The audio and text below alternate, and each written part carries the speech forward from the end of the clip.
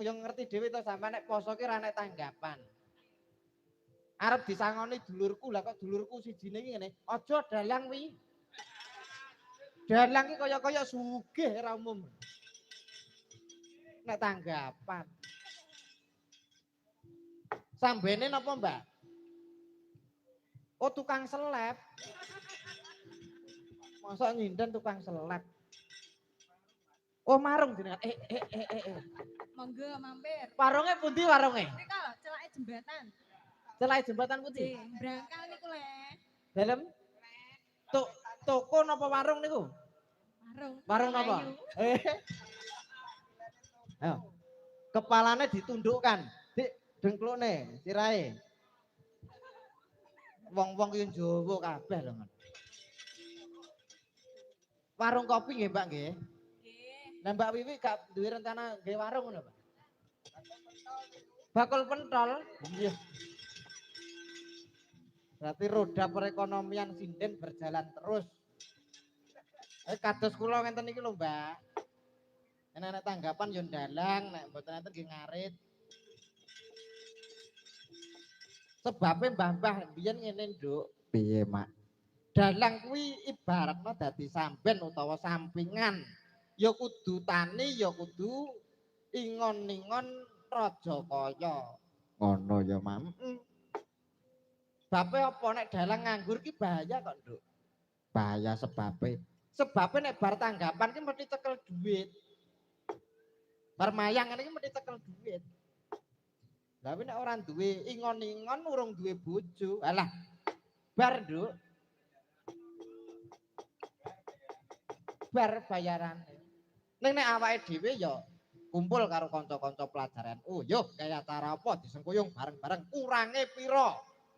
Yo. Yo golek bareng-bareng. Tak kira nek mbok tanggung. Geser, wah, sungkem kula, Bu. Oh iya, Nak.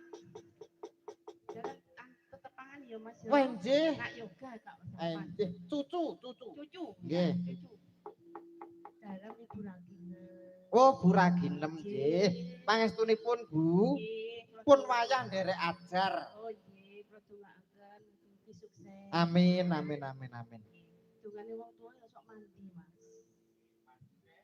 Niki nek sok mandi niki pas mandi napa mboten? Mandi. Oh, amin. Enggakne sok mandi, Nduk. Mugi-mugi dipun ijabahi Gusti nggih, Bu. Nggih, Mas.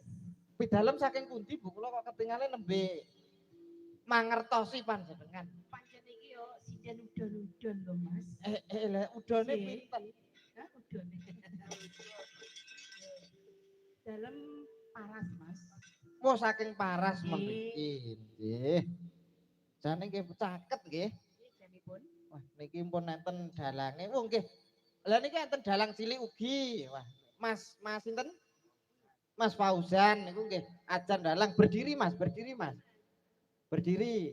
Nah, ada penonton, mbok menawi njeng ben enten sing ngersake. Niki nggih dalang cilik. Niki nah, kelas pinten Mas Fauzan? Kelas 4 SD, pun dalang.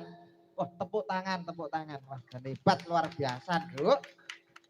Ning atase kelas 4 SD wis dalang. Oh, putrane Kang Asto Kendang. Nggih. Nggih. Ugi ana kadangku dalang sing saka Ngrau Bojonegoro, Nduk, ki yo ngetutne awake dhewe Mas Galih. Mas Galih ndi Mas Galih? Berdiri le. Di meng galih meng. Lah nika ingkang teng peteng-petengan nika.